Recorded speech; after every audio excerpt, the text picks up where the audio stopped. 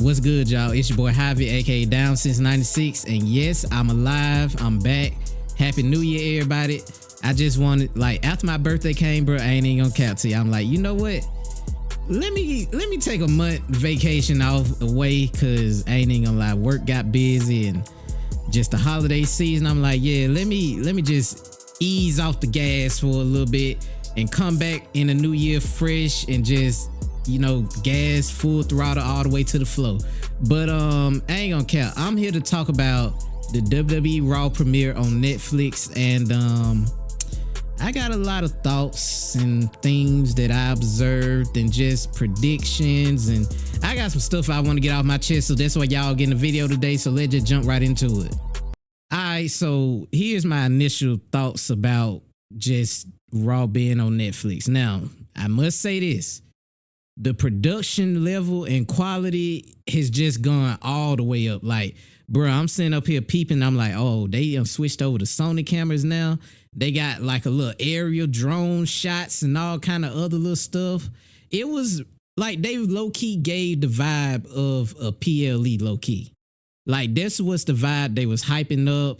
And that's the vibe it gave. Like, it low-key gave like a night one of WrestleMania, to me at least. Like, or one of those TV PLEs they used to do back in the day, but it very much so the vibes was a PLE. So production quality, hey, that's a plus. I'm fucking with the production quality on it. But let me see what else I got. I really felt like it was a lot of just WWE bending the knee and kissing Netflix ass going on. Too much for my liking. I'm like, okay, yes, it's good y'all got the Netflix deal. Y'all appreciative. Y'all grateful. All right, cool. But it got to a point to where I'm sitting up here like, bruh, take the dick out your mouth and get to the fucking wrestling. Advance some storyline. And I was just like, bruh, like, I really just got tired of them.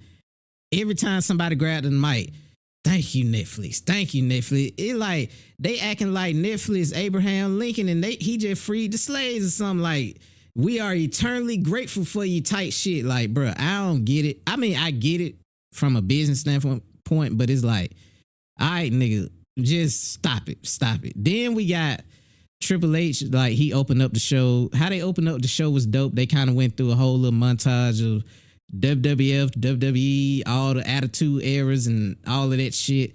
Went through that. It was dope. Triple H in the ring. Thank you, Netflix. Thank you, Netflix. Thank you, thank you, thank you. Then The Rock come out there. So I'm like, oh, okay, this was interesting because low-key, I ain't gonna cap. It was a couple things I thought they were gonna start out with. I knew Triple H was gonna kick everything off. But I was expecting John Cena to be the first thing they kick it off with. But no, we got The Rock next. So I'm like, okay, Rock finna come out here on his final boss shit. Nope. More bending of the knee, kissing Netflix ass. I'm like, okay. But this is what really pissed me off. This gonna get me into the first thing. They really threw the final boss. They just threw that out the fucking window at this point. They threw it out the damn window. And I'm sitting up here like, okay, y'all hyped up the Rock final boss character, which was a dope character. I mean, bro, Rock came through wrecking shit. Great heel. Like, you know, it's The Rock, baby. It's The Rock. But it's like, the nigga sitting up there praising Cody Rhodes for carrying the company over the past year. And I'm sitting up here, I'm like, dog, your family been carrying the company for decades. And your cousin Roman Reigns carried the WWE during, for what, 4-5 years? And I'm sitting up here like, not even just Roman. Your family carried them. It wasn't just Roman. It was Jimmy J. His family carried them motherfuckers. And I'm like, Cody over a year, like, bro, let's just keep it real. I ain't got no beef with Cody. I fuck with Cody. But to be all the way real with you, Cody's title reign has been boring as shit. It's been boring. And the only shining light right now is this whole Kevin Owens storyline. Great. I'm fucking with it. Kevin Owens, Randy Orton, I'm fucking with that storyline. Thank God that they were able to make a storyline that doesn't involve the bloodline and Cody. Thank you. So he giving praise to Cody Rhodes, talking about shout out Mama Rose and all this other shit. And I'm like, yeah, we not getting final boss Rock, but I understand we got TKO board member Rock, which, like I said, hey, they business, baby. Like, hey, business above all. That's all I gotta say about that. Like, bro, I got it, but it's like then he acknowledged Roman, and I'm sitting up here like, but I thought y'all was hyping up Roman and Rock WrestleMania. Like, I thought Rock and Cody was supposed to be.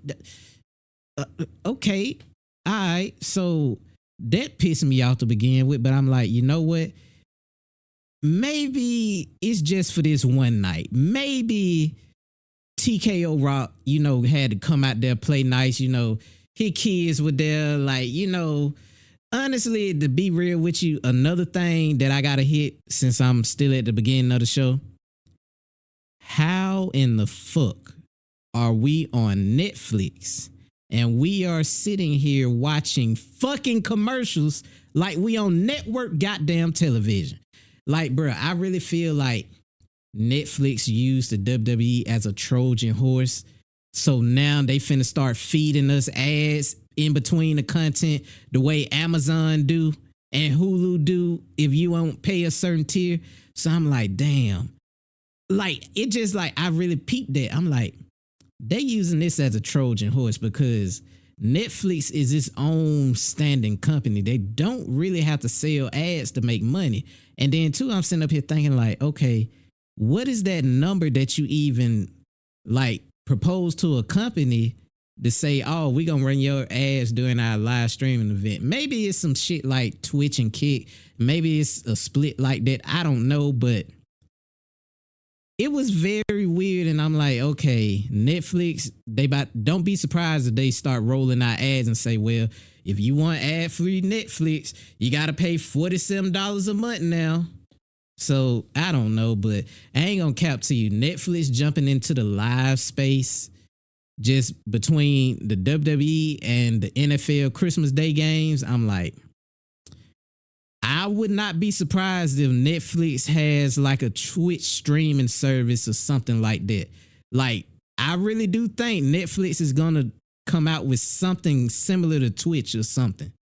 I could see it coming because it's like Netflix is a powerhouse. Like, I'm surprised Amazon ain't tried to get into the gaming live streaming sphere. Like, they got one fucking toe in the pool already. Like, they right there, but it's just like seeing what that look like. Cause nobody want to end up how Facebook gaming turned out. Shouldn't have said that. And then too, last night it was a very star-studded event. Like, my dog Wale was there. Of course, Wale was gonna be there. Like, if you know about Wale, nigga love two things: shoes and wrestling. So of course Wale was gonna be there. Topanga was there. Goddamn, Travis was there. It was just a real star-studded event last night. Hell, Flo Rida was there. Like, dog, it was so many fucking stars there last night. And then too, one thing I can say, I hated the fact that they didn't have like one more women's match last night. Like, they should have really put Bianca and Naomi versus like Damage Control. Somebody, goddamn it, but they should have had one more like legit women's match or something. But like I said, it was just a promo, just a little teaser of what's to come with the WWE and Netflix working together. That's all it was. But I wish they would have at least let, a black woman get some shine on a night like last night. Cool. Yeah, they got some shine when they cut to the audience and shit like that. But dog, come on, man. They should have let Bianca go out there and, wolf off in somebody's ass real quick and really show like why she the EST and why she dope, and who also been putting on for the women's division. And conversation for another day. I'm gonna get off my soapbox. All right, so now we got the tribal combat between Solo and Roman. Now, I ain't gonna lie to you. Solo showed that he had some heart in that match. I mean, Solo ain't no chump now. He ain't no chump, but it's just like, bro, it's fucking Roman, bro. Like, it's Roman, bro. I'ma salute Roman. Like, bro, I y'all know I fuck with Roman heavy, man. But it like, overall, it was a good match. Then of course, the remaining members of the bloodline, because we all know Tonga is, on the shelf for a little bit. So Jacob and Tama came out and, to help Solo. And then Jimmy and Sammy came out to help Roman. So, everything even now because, tribal combat, anything goes. Then we got a surprise. Kevin Owens came out there. So I'm like, all right, Cody got to come out now because this ain't nothing but just promo. Like, honestly, another thing I got to say about the whole event tonight was it really did feel like one big, like, live promo. Like, that's all it really was. It was just one big live promo. It felt like a PLE. It felt like a Raw. It was somewhere in between. But to me personally, it just felt like one big promo event for the night. Just to show off, like, look at, what the WWE has to offer. Like, yeah, it was that type shit going on. But then Cody come out there in his goddamn politician suit and just showing y'all, hey, I might dress and walk and talk like a politician, but I ain't scared to get my penny loafers dirty, bitch. And he took care of KO and shit. Roman eventually hit Solo with, I ain't even gonna cap, it was like 3-4 spears back to back to back. Match over with, he won the Ula Fala. Then Rock came back out there. So then I'm like, okay, all right, we got TKO Rock out the way, cool. Now we finna get the final boss Rock. Nope. He decided to bestow the Ula Fala on Roman Reigns. And I'm sitting up here, I'm like, I'm expecting the Rock to like snatch that shit from Paul Heyman and put it on him and be like, ha, you thought that you just had to go through Solo to get the Ula Fala. But no, you got to go through me. And then we continue to build Rock and Roman, WrestleMania. No, we did not get that. So I'm like, yeah, they really throwing this shit away. And then I'm sitting up here, I'm like, Rock and Roman, they dapped up and shit. And I'm sitting up here, I'm like, okay, the way they framing the camera angles and shit, because I'm paying attention to everything. I got my director's cap on. I'm like, bruh, Rock about to do some bullshit. I see it in his eyes. He's smirking his shit back there, and they keeping the camera on the Rock. He gonna do some bullshit. Nope. On to the next. And I'm like, yep, they really throwing this shit away. But I'm really like, I'm trying to figure out, can they really recover at this point? And how would they even recover? Like, we got The Rock and Cody hugging and drinking Terramana backstage and all that shit. They pouring up together.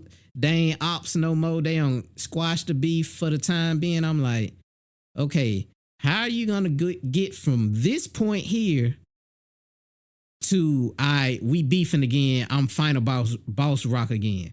How are they going to get back to that? I don't really know. I ain't really had time to really fester and think about this shit. Next thing that happened, John Cena came out there. And I ain't even gonna cap to you. I damn near shed a tear, bro. Like, this my dog last ride, man. Like, I have so many memories of just watching John Cena and just his growth and just his career. And I'm like, bro, it's over. Like, John is gone after this. It's over. No more Cena. And he did say during his promo and his farewell tour inaugural address or whatever you want to call the shit, he did say like he's still gonna be a part of the WWE, but I'm not lacing up the jorts and the Jordans and the hat and the chain and I'm done. I'll be an ambassador for the WWE. That's it. Which makes sense because John Cena's suit game is on a whole nother level. And matter of fact, side note, who has the better suit game, Cody or John? Cause I ain't gonna lie, both of them put that shit on like they suit game is unmatched, like dog. But okay, back to the original shit. So then John was like, also, he said, hey, I'm 48. I don't know what's gonna come from my farewell tour. I don't know what my body has got to give anymore. But if y'all expecting a championship run, don't.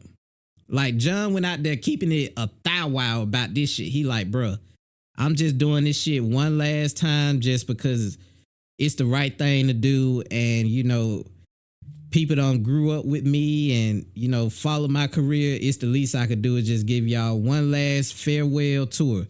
Which, you know, hey, some respectable shit. Like, bruh. Because John Cena, hey, between him, Jeff Hardy, Sting, and I could keep on naming other superstars, bruh. I was on them heavy. But, hey, man, it's sad, but happy to see John, you know, move on to the next chapter of his life and finally, you know, close this WWE chapter. So, shout out to my boy John, but it's going to be that last match in December is going to tear me apart. I already know, but all right. So now we at the point where Liv and Rhea's championship match happened. And honestly, as far as the match go, bro, we done seen this match so many times over this past year. Rhea just went in there and destroyed poor little Liv. Liv put up a fight. She tried to have some help, but Rhea fucked everybody up, man. And Rhea finally got her belt back. So that whole Liv chapter is closed. Rhea even said in the press conference, she like, bruh, that Liv storyline, hey, it's dead. It's done for. Judgment Day, dead. It's done with. So I'm excited to see where they take Rhea's storyline. Honestly, at this point, I see like either Charlotte Flair or fucking Becky coming back, and that's who's gonna be the challenger for the belt at Mania, SummerSlam, and on down the line later this year. But yeah, those two women are like high on my list. Or I don't know, things could change when with this whole draft process too, which I also got to make a video on about who should go where and who should move up from NXT. And speaking on NXT, this Tuesday, so this one I'm recording it. Trick dropped the belt to Obafemi. And I felt like there was some bullshit. And honestly, I think Trick dropped the belt because he's about to get called up to the main roster, which fingers crossed that's what's going on. But no lie, Obafemi should have never even lost the North American title, but that's a conversation for another day.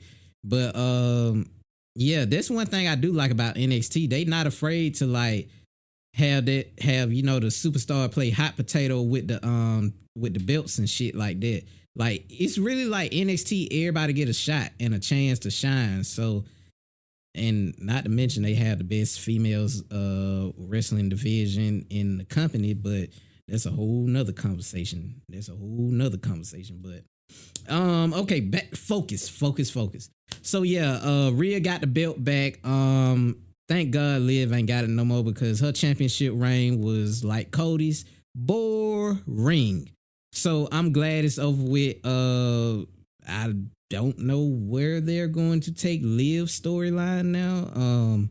Honestly, depending on like who they call up from this draft and how things shape up, they got to do something with Liv because honestly now Liv is going to go to where she's always belonged, fighting for mid-card titles. Like she showed and proved like her being like the main champion is not, she ain't ready for that yet. She did a okay job while she had it, but it's like they didn't write good stories or matchups and then like that. Everything just revolved around Rhea and the Judgment Day and Dom. So it's like, yeah, they really got to get in their creative bag with where they're going to take Liv now, because I would hate to see her go to just jobber purgatory. That's something I don't wish on that young lady, because it's like she has the charisma and mic skills, and she's a good heel. She's the person that you would love to hate, you know. But another thing that happened, my boy Undertaker came out, and I lost my mind when that shit happened. And he came out under his American Badass persona and character, which to me personally, that character doesn't really get a lot of love when people really discuss the Undertaker like that. To me, at least, I might be wrong, but to me at least, that's how I felt about it. But it was dope to see that. And how could I forget this, bruh? Dumb. Rhea, Rhea fucked your ass up in that ring. She kicked you in the dick and hit you with a damn riptide. And I ain't gonna cap to you. The riptide she hit your ass with, hey, bro, you sold that shit better than Liv did. Like, bro. Oh, nope, I ain't even gonna discuss that shit. Cause I was just about to go off into Freak Man Village and you know what? Fuck it. Bruh, I just love seeing Rhea pin people. Like that's one of my favorite things. I love seeing Rhea pin people. I just had to say it. I had to get it out. It was on the tip of my tongue. I had to get it out. I'm sorry. But yeah, outside of that shit, that's all I gotta say about that match. It was dope, but we done seen this shit 11 times over the past year, and it was like they finally allowed Rhea to get her belt back and just end this storyline. So yes, kudos to creative and WWE for moving on from this shit. All right, so now we could jump into the Jey Uso versus Drew McIntyre match, and not gonna lie, it was a dope match. Drew was fucking Jey up early on. Like they was going back and forth, but Drew, he was getting his shit off against Jey.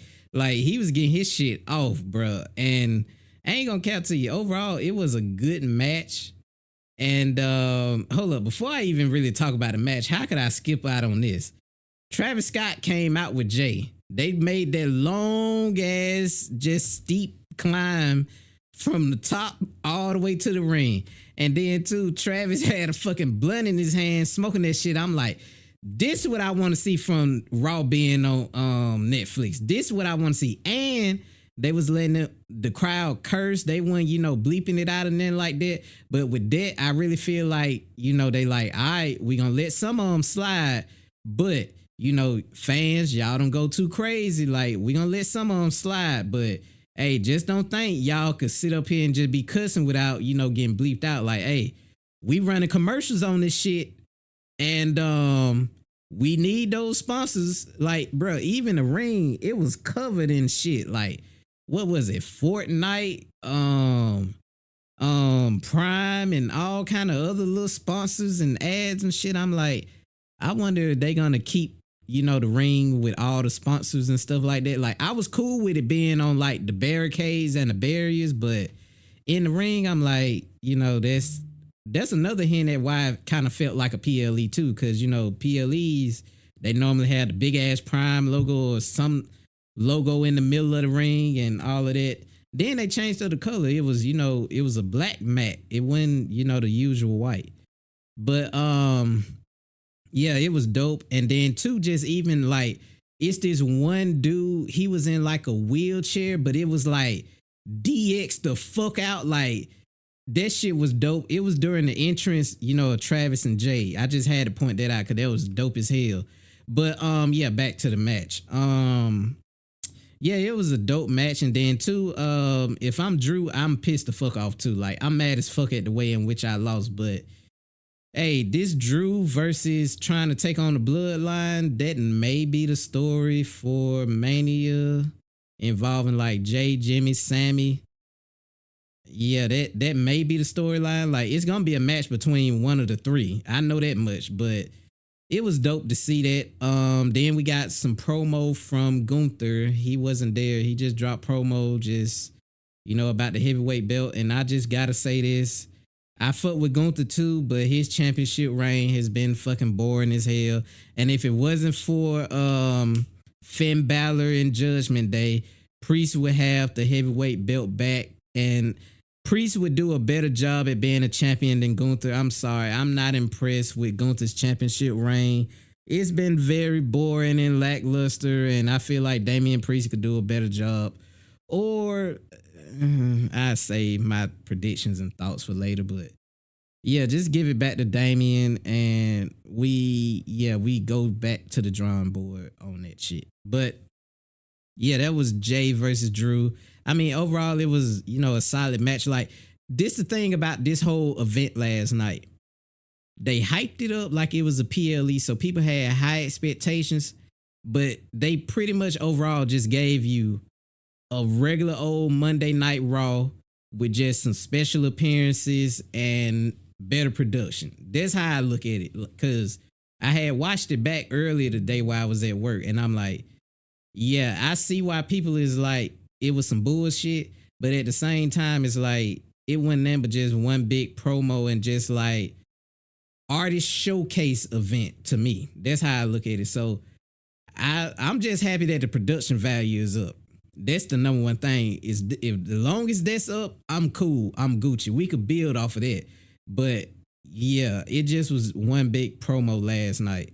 Like no bullshit. Bad Blood to me personally was a better event versus that. But conversation for another day. And I will say NXT's event tonight was better than Raw last night. So I mean, I ain't gonna lie, Shawn Michaels, hey, you need to talk to your boy and, you know, give him some pointers or some shit, cause NXT killing it. NXT killing it. But yeah, let's move on. We gotta talk about your boy, Hulk Hogan. Oh my fucking God. Man, they booed the dog shit out of Hogan. Like they booed the dogs. Like as soon as his music hit, niggas was not going. Like it was a dude in the corner. Like if you watch it back, he got that, you know, throwing. I don't know if I could throw up the middle fingers on, you know, YouTube. So he throwing up the middle fingers and saying all kind of obscenities to Hulk Hogan, and it was like, dog, they is not fucking with this dude. Like it was so crazy. Like, bruh, you heard the crowd boos more than what Hogan was trying to say. And I really felt like it was a breakdown in production. Like, y'all fumbled because y'all should have just went to commercial. Like, bruh, y'all running commercials on this shit. Go to fucking commercial. Like, bruh, that shit just look bad, my nigga. Like, that shit look bad. Cause it was like, nigga, when they announced that Hulk Hogan was gonna be there, I'm like, this is a bad idea. This is a bad idea. Like, niggas is still mad at the nigga cause he was talking about body slamming Kamala and shit a couple of months back. Shit, I don't even think it was a couple of months back. It might have been like 2 months ago or a month ago. But yeah, people still, no, it was 2 months because it was before the election. So October, November, so there's like three, whatever. Fuck it. You know what I'm talking about. But it's like, dog, man, they should have cut the commercial quick because it just looked bad. Like, that was a highlight for me and a low light for the WWE. Because, hey, man, they weren't fucking with Hulk Hogan, bro. I don't know why they thought it was a good idea. Niggas is not fucking with that nigga, bro. Like, bro, former wrestlers and they not even fucking with Hulk. So it's like, bro. And then too, bro. Did y'all see how Hulk Hogan looked walking out there? That nigga, bro. I done seen people that just learned how to walk again. They walk better than fucking Hulk Hogan. Oh shit, I probably shouldn't have said that, but fuck it, we here now. But yeah, man, it's like, dog,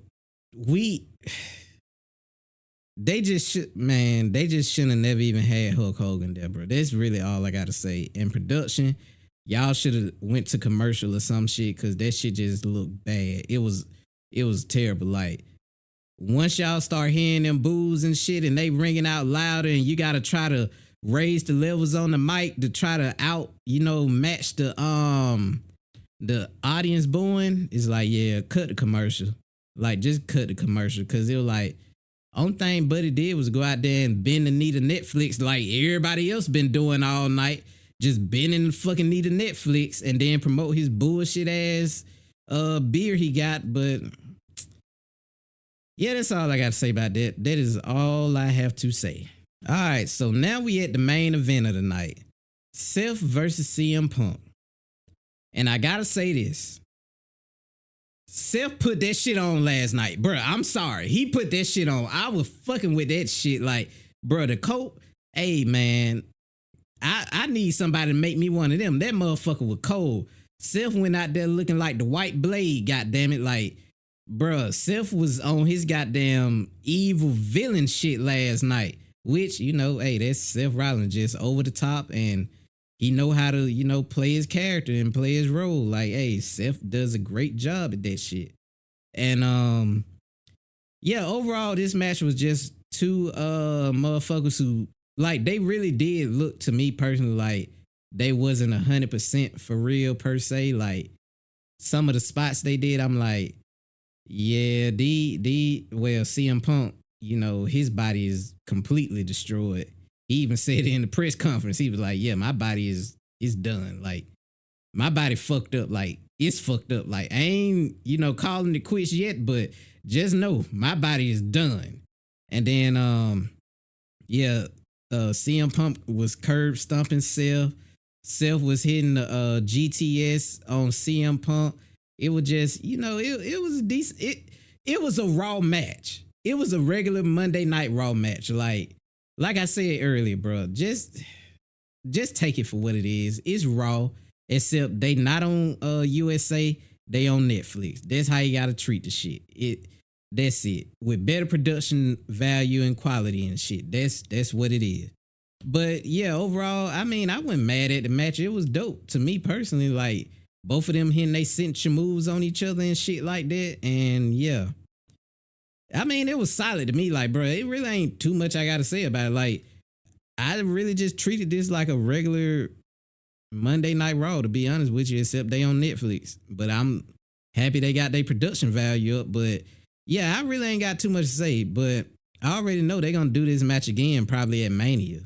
They gonna do this match again, but I really do wish that Moxley was still in the WWE, because then they could have did a storyline like, the Shield versus CM Punk and hype that shit up. But hey, man, you know how contracts and money go and all type of shit and egos and yeah, we missing out on a lot of good shit, bro. Cause man, I would love to see Matt and Jeff Hardy back in the WWE. It's plenty of people I would love to see back in the WWE, even Christian and Edge and oh my God. That's a whole nother video for another goddamn day. But yeah, that's all I gotta say about the whole Seth versus CM Punk shit. Yeah, solid match. So appreciate everybody for watching. Don't forget to like, comment, and subscribe. And yeah, like I said, I wasn't mad at Raw last night. I just viewed it like a regular Raw for real, with PLE production value. That's how you gotta do the shit. But I will be in the building on January 27th when they come to Atlanta though. I bought my ticket when Roman said we gonna do something January 27th. I said, oh, bet.